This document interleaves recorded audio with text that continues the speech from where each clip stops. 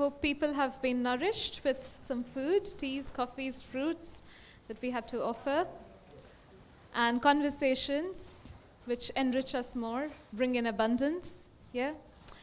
So as we come back, we'll do another awareness exercise, and this time we're trying to be aware of our neighbors. If I say left or right, just think about people on whichever side that you've got someone. It doesn't have to be someone really like next to you. You can just feel their presence as well. Yeah. So if I'm using directions at some point, and for some people, if it's a wall, it's just think about the presence of the person. Okay. As we all come back, and before we move to kind of the exciting session that we have ahead, yeah, no problem. Just checking in with our bodies as part of the evaluation exercise today. How is your body right now? Make yourself comfortable. If you wish to, you can close your eyes.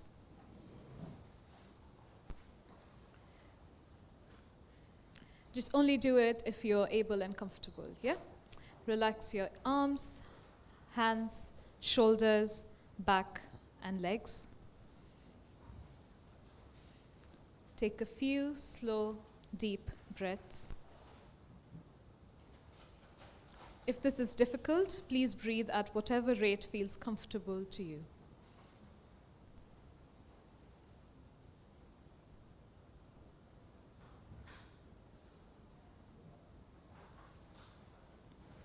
This time, we are going to hone our awareness of the people around us. For those who would like to continue to close your eyes, keep closing your eyes. Those who can't, it's okay. Breathe slowly and deeply through your nose. Focus your attention to the middle of your own torso for a few seconds. There could be someone on your left, right, front, or back. You might start focusing on one of these directions. Let's now move your attention to the person on your right. It doesn't matter if you don't remember what they look like exactly. Just feel that there is someone to your right. Extend that feeling to the next person along on your right.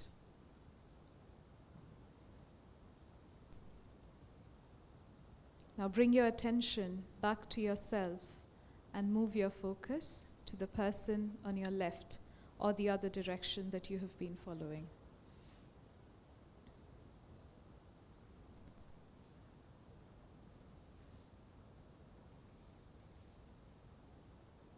And now to the next person along your left.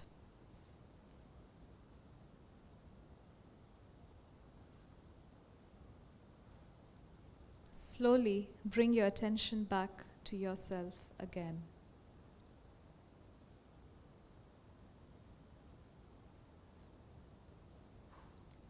Next, cast your attention to the person in front of you.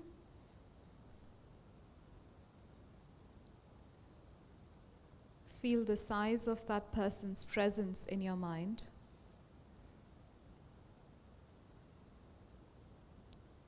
Extend your attention to the next person in front.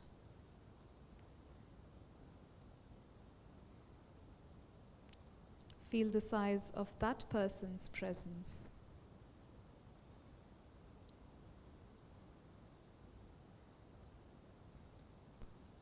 Bring your thoughts back to yourself again.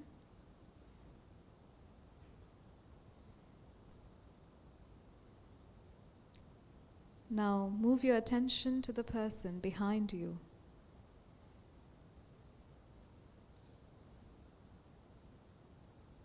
Feel the presence of that person in your mind too.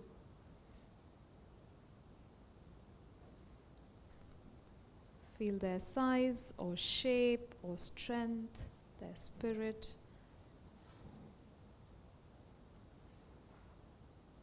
Move further back to the next person along behind you.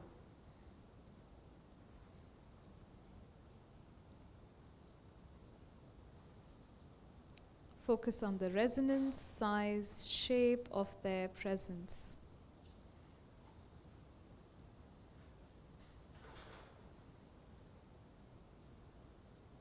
Come back slowly now to yourself.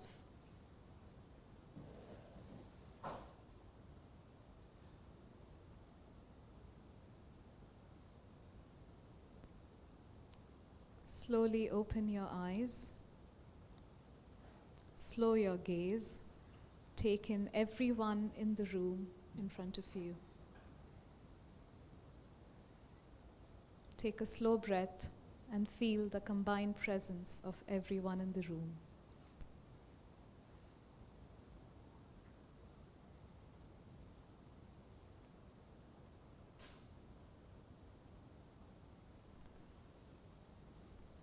Thank you everyone for engaging in this exercise.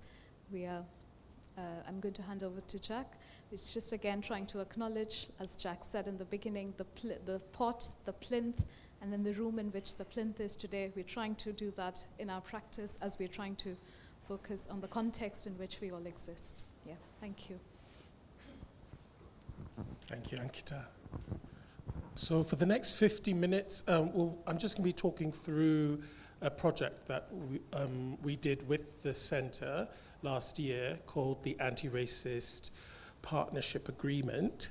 And so over the next 50 minutes, I'm just going to present what the project was and go through some materials. And then the second half of the 50 minutes, we're going to work in groups to try creating our own visual legal clause ourselves. Just bear in mind that this is just a taster, because this work, I think it's like 9 months worth of work, really, and I'm asking you to do this in 25 minutes. So it'll just be a little taster of the kind of feeling of what we went through as well.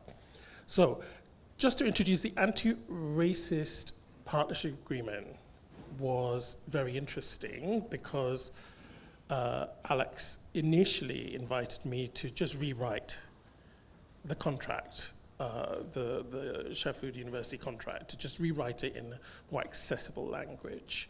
But we soon discovered that to do that with partners as well in a collaboration, how can we make this very dense and long and contract that was full of legalese and difficult to understand into more simple English. So we did that, and then we discovered that there were certain concepts in the idea of a partnership that the English language just did not really quite have in our own cultures. So because also very specifically we were working with partners from different cultures and who had different understandings of what a partnership was. And that meant tapping into their cosmologies to understand, well, what does partnership mean to you in your very specific heritage? And then when we did tap into that, we realized, yeah, just certain English words didn't quite fully translate. And so then we thought, well, how can we translate? Because we can't have bilingual contracts with 10 different languages. Or we could, but, and it being a kind of, I'm an artist, so one of the things that and a lot of the partners were artists, one of the things that we kind of thought was actually a picture paints 1,000 words, and something about an image, particularly if we can raise the level of the image from just a picture to a symbol, that begins to actually enable us to tap into multiple understandings of various legal concepts that we were trying to deal with. So what we did really was to look at the contract as a template, the original contract, simplify it, and then we did a few workshops where we all tried to draw clauses. So it would be like, here's a liability clause. In your culture, please draw what liability means to you. And we had a lot of like, I can't draw, of course. But I said, no, it doesn't matter, just like make a mark, do stick figures, whatever. Whatever image comes into your mind in your heritage, when I say liability, just put that down on paper, it doesn't matter. And so we got a whole load of different drawings, which then I took away and processed. And of course, then bring to bear my own particular approach to visuality as well. So I just wanted to talk through a few of these clauses to you. And in fact, actually, I do have physical copies, which I think I should just pass around so you can actually feel them as well. So let me just grab them from my bag.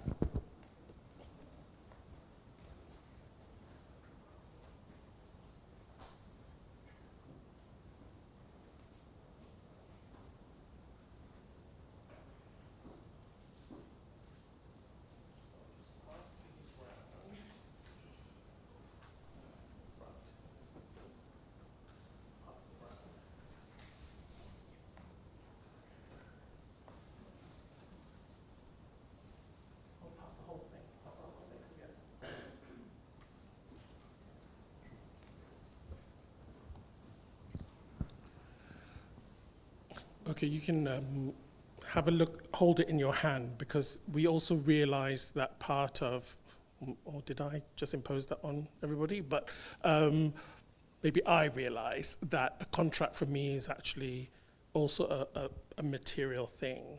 It's like kind of like physical. So these idea of a card, a set of cards, as opposed to kind of A4 documents, really kind of might help embody the legal concepts in a kind of very material way as well, so that we begin to approach law in a different way.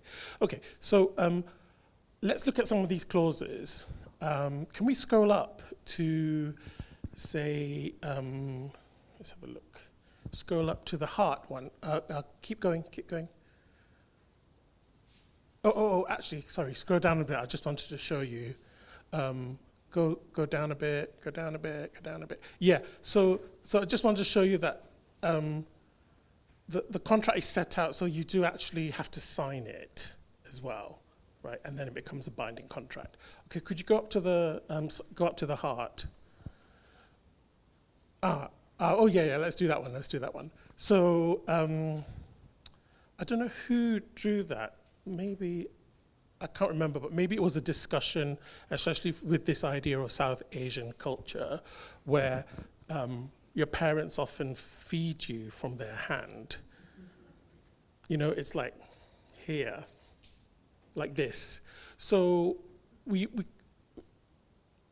at least for me, and maybe we did talk about the idea of funding, costs, reimbursements, as also a form of nourishment and giving.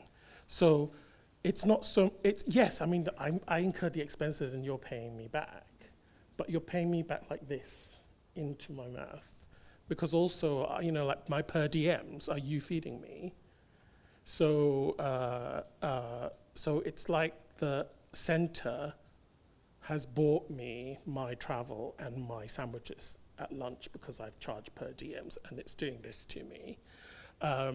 And so the idea of this kind of South Asian hand-to-mouth nourishment becomes a symbol for costs and reimbursements. And so the image, so a clause is made up of 3 bits. One is the image that represents the, shall we say, more than English language understanding of the clause.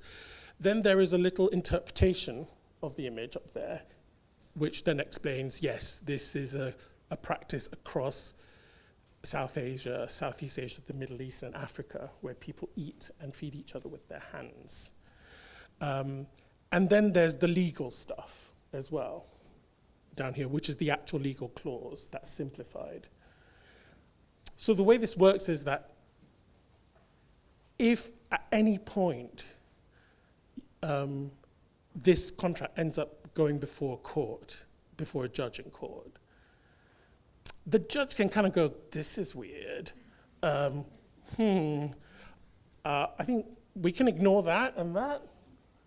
Well, that's the clause. That's the binding clause according to the law, right? And so it stands because all you need really is 5 main elements to a contract, an offer, an acceptance, consideration, clarity, and actual, there's the 5th one. I can't remember the 5th one. A kind of, clarity of intention and something else. I can send it to you. But this contract has all those 5 things. It's got extra things as well. That basically is a way of changing the plinth, right? That's what we're doing. So let's go to look at another one. Scroll. Oh, I like this one. Okay, this is the liability clause. And the reason it was interesting to represent the liability clause with a heart, which was because the way that the liability clause in contracts are, which is basically often, it's like the university wants you to indemnify it from liability. Like there's always that clause that says, if anything goes wrong, it's your fault and you've got to pay for anything in our partnership, right? Especially if it's something that's out of the university's control, you pay for it. And so we get indemnified, we get protected. But actually, what this clause then does is it still kind of says, yes, both parties indemnify each other, but it also reframes it as saying, let's also acknowledge that vulnerability is a core idea in both our relationships with each other, that neither of us are fully robust, armored and armed parties that are coming into a relationship. We're actually both soft, porous, and organizations that are vulnerable to each other. So it's again shifting this idea of liability from one that is litigious and adversarial to one that just acknowledges a kind of humanity in each other. So it doesn't stop the actual legal liability from working, but it just again reframes it. Let's do one more.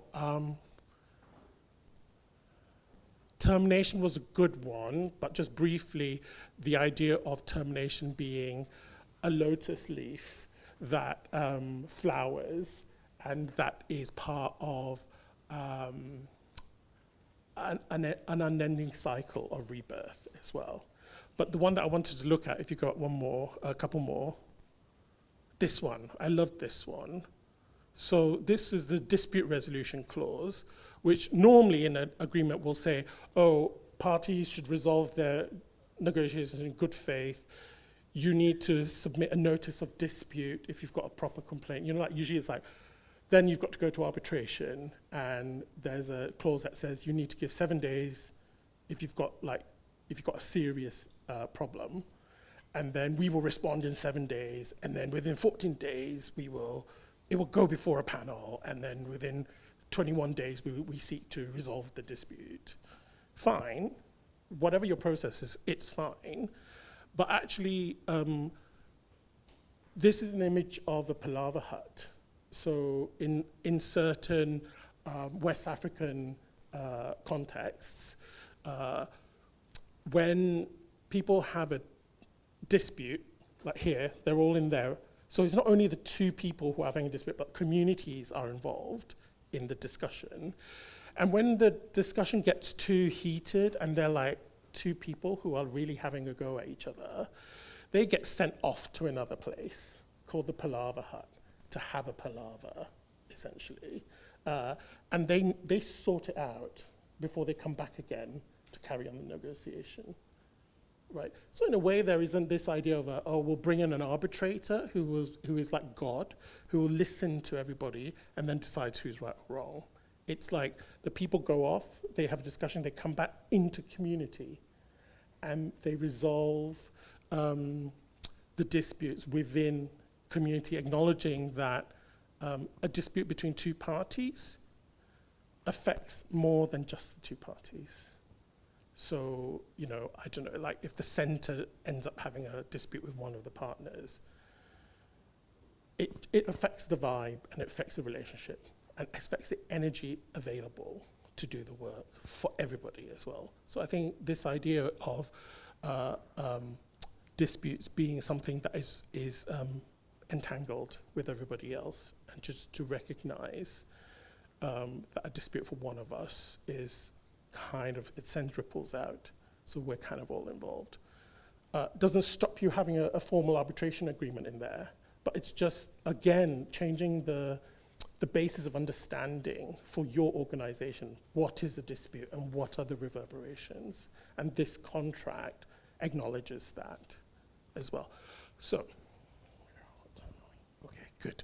And then maybe scroll up to the end, and I just wanted to show you some how these images were made, which was basically just cutting images out, basically. Like that's a good one. Go down a bit. That was a drawing. Elin sent me that. Elin drew that intellectual property clause.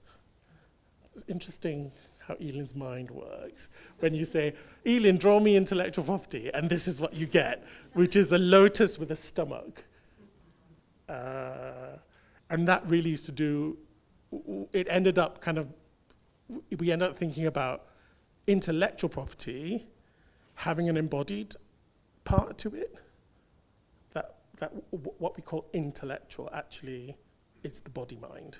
So it's the body-mind property, really, and so we ended up doing a clause based on that. But yeah, it was just kind of really simple, me tracing that and then cutting it out and then stick it in. But image making can be done any way you want. You can just draw stick figures, but because I can't draw, kind of collage was the easiest way for me to do this. But you could do anything as well. So yeah, I just want to show that. So if you see in your gift bag, you've got this little card.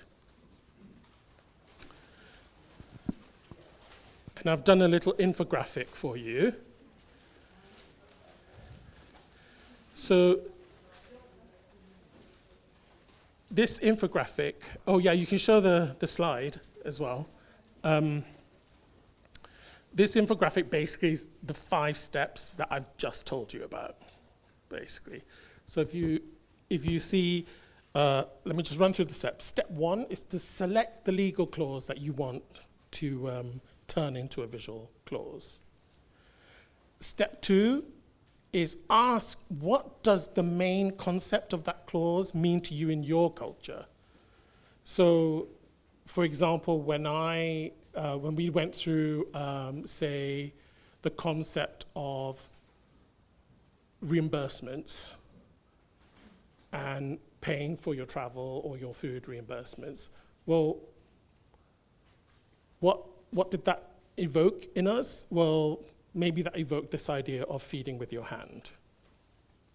And so the question then is, what is the main concept, which is nourishment? And what story, myth, or cultural memory does that evoke to you? Well, it evokes a story of my mum feeding me balls of rice with my hand. That's the story. Step 3, imagine an image or symbol that represents this story, myth, or memory, and roughly sketch this. So, okay, I've told it to you as if it was so easy. We just immediately came up with this image, and suddenly it was like that. No, actually, there were like probably loads of different images that we all had to kind of go, which one shall we agree on that represents this bespoke contract that we can all sign together. And so this was the most universal one, but there would have been others. So the job here at step 3 is to just hone down the different images available to you so that you find one that is actually symbolic of, and the way that symbols work is that they can work for many, many interpretations and people. Then step 4 is to write a description of this image. If you remember, on the top right-hand corner was some text that was a description of the image and what it means to you and your culture.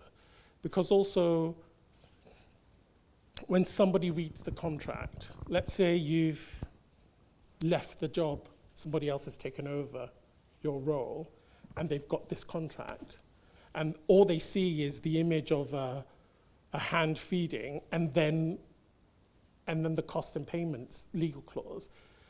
They'll be like, what does this mean? Why? So that text is really important to kind of go, okay, this is what it means, and this is why we chose that image, and this is how that image relates to the idea of costs and payments, why nourishment should be the way we understand costs and payments. So that's what that little text there was for. And then, of course, the text at the bottom was the actual legal clause. And then once you've got all 3 parts, the final stage is to just take a step back and look at it all and just go, does it hang together? Is this the best way? Like, maybe just go away for a day, come back to it, and just go, oh yeah, that's great. I quite like that the hand and this clause and all fits. You know, if it doesn't fit, you can always go and do it again. You know, but this final step of just standing back and reviewing is quite an important one. Okay, so next slide, please. So for the next 20 minutes, I'm going to ask you to, and this is a live contract because some partners are actually using it and they have signed it. What's missing, we found, in this contract is an accessibility clause. So we've got lots of others, and you know, we can add new clauses as you do. So how would we add an accessibility clause? Step 1, select the clause that you want to use. So I've selected one for you already. The clause is, the contractor shall ensure that all services and projects provided by the contractor pursuant to this agreement shall comply with the university's disability access policy. Very standard clause, actually. I've not changed it much because it's kind of not too much legalese. I will leave it to you to imagine what is possibly inside the disability accessibility clause.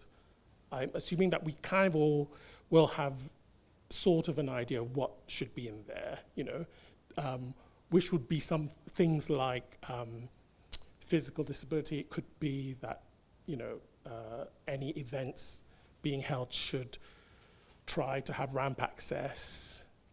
Any events should have BSL interpreters. Perhaps any web-based publications ought to have the ability to be published in such a way that you can have the automatic voice reader and it being able to switch to larger fonts, whatever. There's, you know, disability policies are very different, but you get the general idea. So that's the clause. So then the question is, question 2, step 2 would be, well, ask, what does accessibility mean in my culture? What does it mean in my culture? When we think of accessibility, what stories or myths from my culture do I know about gaining or refusing access? Do any of these stories feature disabled people? I mean, like, if I were to think my culture, I would go, oh yeah, there's like this story of the Monkey King went up to heaven because he wasn't invited to a party by the gods. And so he just kind of snuck in, and he went into the peach orchard and just ate loads of peaches that was meant to be for the gods. And when he ate the peaches, they happened to be immortality peaches that fruited once every 10 million years or something. And then he became immortal, and that's the legend of the monkey god. That's the first thing that popped into my head about when I felt accessibility, because the Monkey King was excluded because he was a monkey, because he was generally thought to be naughty, and the gods didn't like him for whatever reason. Like, if I were to do like an anti-racist hat, I just think it's just like, oh, they're just speciesist, because he's like not humanoid, right? So maybe that was it. But then I would ask, okay, so those are the stories. So then step 3, well, what image or object or symbol comes to mind when I think about this story? Would it be a monkey as the image? Or would it be peaches? Would it be a monkey at the gate of a closed gate? Or would it just be a gate that's closed? What is it? And then, because I'm working with other people who don't share my culture, I'd be like, oh, what does monkey mean to you? Does it mean accessibility? Oh, if not, then we can't use monkey. Shall we think about a monkey at a gate? And then we work out what this means together, so that we find something that would resonate for us. And then we write a sentence describing the image that we've agreed on, explaining its symbolism, and how this reinterprets the original clause. So the original clause is, the contractor shall ensure all services. Oh, you have permission to unlock the device. That is accessibility. Amazing. Wow, okay, yeah. Sorry, that took me into like future robot, a future culture where we're all kind of like in a sci-fi ethnicity together. Anyway, okay, center, okay. So yeah, so the original clause, write something that reinterprets the original clause. So let's say it's to do with the monkey. So it would be like, oh yeah, so this is a clause, the monkey's here because he had this story of going in, not being invited, and the reason why we're using this is because we understand that accessibility is to do with gatekeepers, and we are reinterpreting this clause to just become more aware of how accessibility has this structure of top-down gatekeeping. I mean, that's just my off the top of my head rewriting of it. And then, just look at it and just go, oh yeah, monkey, gatekeeping, that clause and this, does it work? No, not really. Let's start again. Let's think about something else. Maybe somebody else has got a better idea. Yeah. Okay, so let's see, what time are we? Okay, 20 minutes? 20 minutes. Could I ask you, so at the back of this card, actually there's empty spaces for you to write into, very small handwriting. But could I just ask you to try and do this very quickly yourselves by working in, just gather in groups, maybe around, if you turn around, in groups of 5 or 6, if you can, to work together. And just go through the process of writing an accessibility clause, if you can. And I will come round to your groups and have a little chat with you.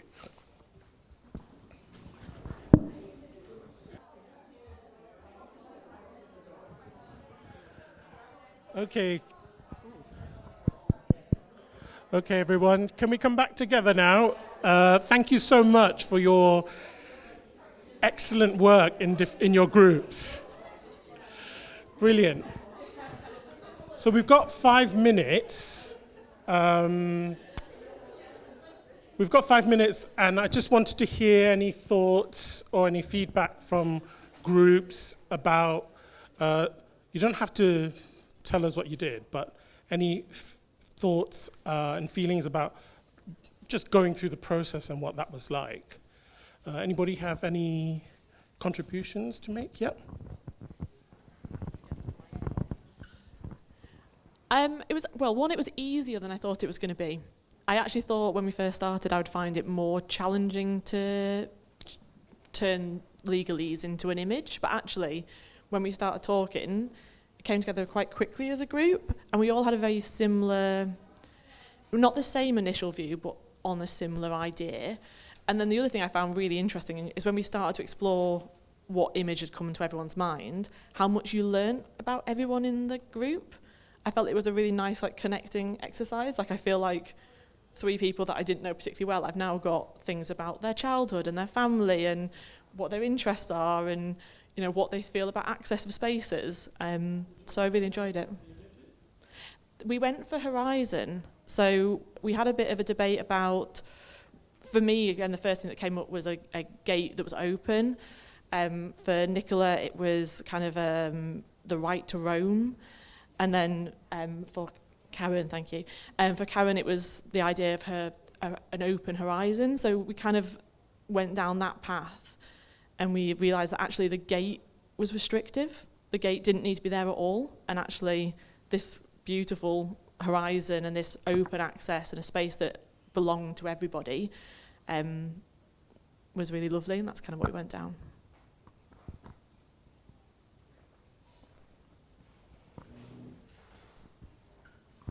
And also with this group, I thought what was really brilliant was one very practical consideration was to choose an image that was easy to draw. Horizon, sun, easy. One of the key things about legal drafting is make it simple. Simple legal clauses are the most effective.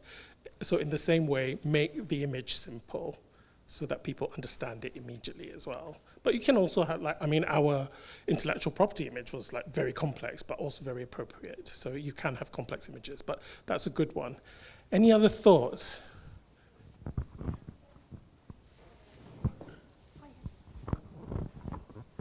Well, I'm not going to really speak, but Pragya said something that was really relevant around accessibility. And I think Pragya should do that at the beginning, where you talked about us actually making them more disabled.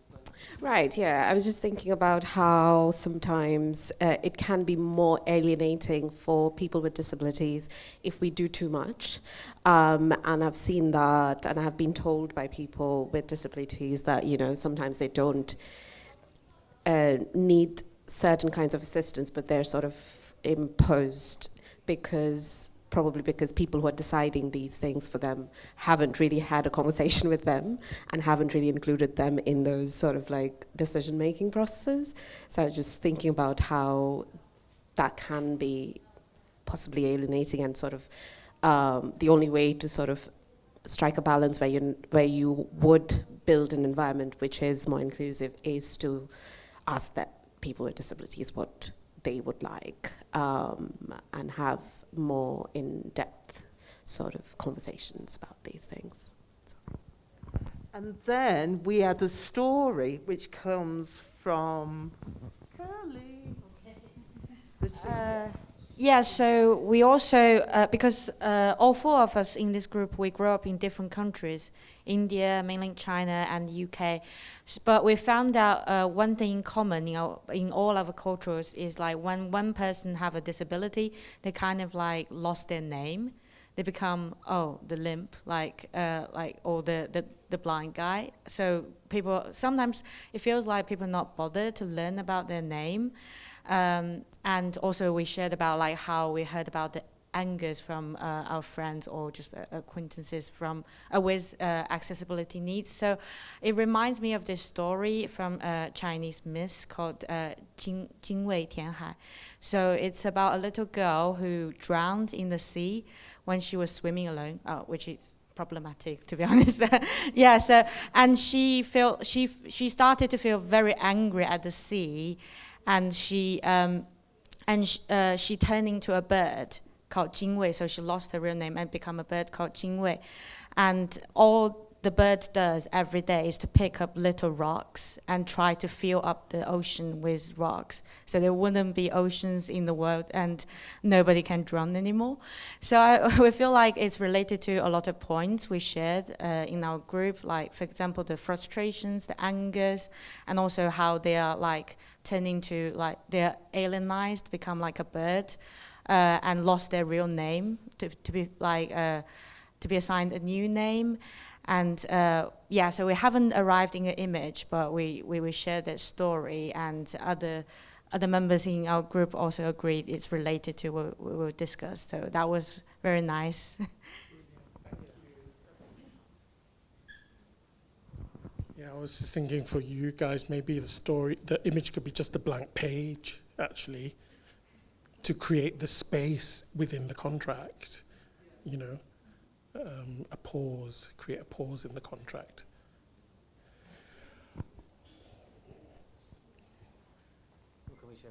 Yes. One of the conversations we were having was about sometimes the difficulty of tapping into your ancestral mythologies and knowledges if you don't have that particular insight. So making it kind of more open to engaging with sort of familial experience, you know, things that you encounter on a day-to-day basis. Your story, your image doesn't have to derive from, you know, these mythologies, as rich as they can be. Remembering that the point of this exercise really is to acknowledge that people from kind of global south or global majority communities have anti-racist praxis kind of integrated within everyday cultures and ways of being, but we're not often given that chance to reflect on that and to bring it out and to actually utilize it in our kind of day-to-day working practice, particularly within an institution like the university.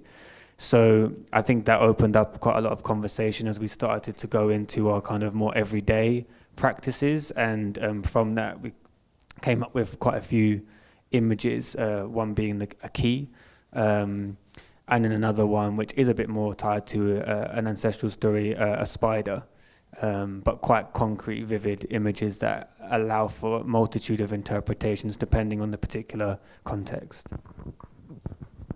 Brilliant, thank you. Yes, and if you've seen the contract that we've got, there are images that aren't necessarily linked to myths, but to everyday objects that have attained a kind of archetype status. Like, for example, there's always a miscellaneous section in a contract where it's kind of like, you know, section 9, miscellaneous, and it just gathers up all these orphan clauses who've got no home. So really, there's no myth behind it, but the image is a toolbox, because my toolbox at home just gathers up all these screwdrivers and hammers and files and things that don't really have a place in the cupboards that I've got, but they live in the toolbox. And so the toolbox becomes an archetype. And also, I think I was also add is that myths can also be contemporary myths. Like make up your own myth, make up your own mythology. Because after all, it's just a contract between the two of you. You can create your own world of symbolism that is meaningful to the two of you as well, or the two organizations. And actually, I think you'll find that, especially with organizations who have worked together for a long time, they begin to share certain memories, shared experiences, shared events, shared jokes, that all conjure a certain subculture, which I think, because these contracts are bespoke to you, you can begin to incorporate that in, which is maybe a good point for me to finish on, which is that with this contract, organizations always ask me, oh, can we use this legal contract? Can you send it to us, or can we download it? Can we use it? And my thoughts are, yes, you can, but just be aware that the images of this contract just comes from this particular 5, 6, 7 group of organizations who have co-created these specific images that really means a lot to them. So if you want, yes, this is bespoke tailored to them. If you want to use that, fine, just be aware that it fits somebody else. You may need to take the seams in or the seams out. You just need to adjust it for yourself as well. We should break for lunch, but is there anybody else burning to make a last comment before we break for lunch? Yeah. Yes.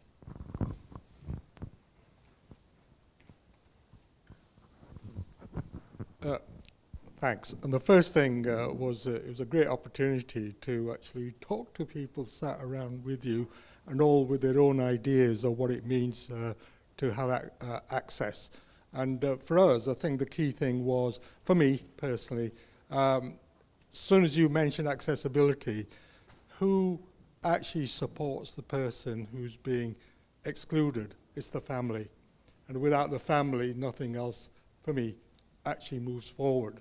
And really, the family can be extended to your community, and it can be extended to your society, your civilization. And I think that's the way certainly we were aiming at. And the other thing was the exclusion. The exclusion is a boundary, and it's a boundary that needs to be knocked down, and it's never opened.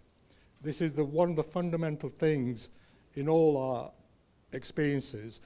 You have to push to make the change. It never comes to you. So we had a door which was already taken down, which formed the table for everybody else to come and sit round.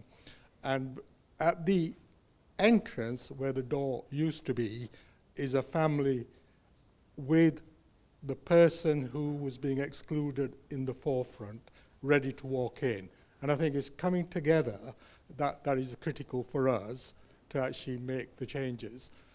Within certainly my own culture, disability, and I'm older than most of us here, disability was an encumbrance, and it was a burden, and it was a burden for the family, and they alone would take care of that. And that's probably true for most of societies in the past.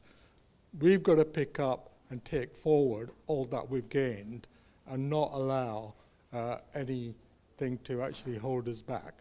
There's no limit to where we can go. And I think that's what we're trying to say, and that's where our clouds come in.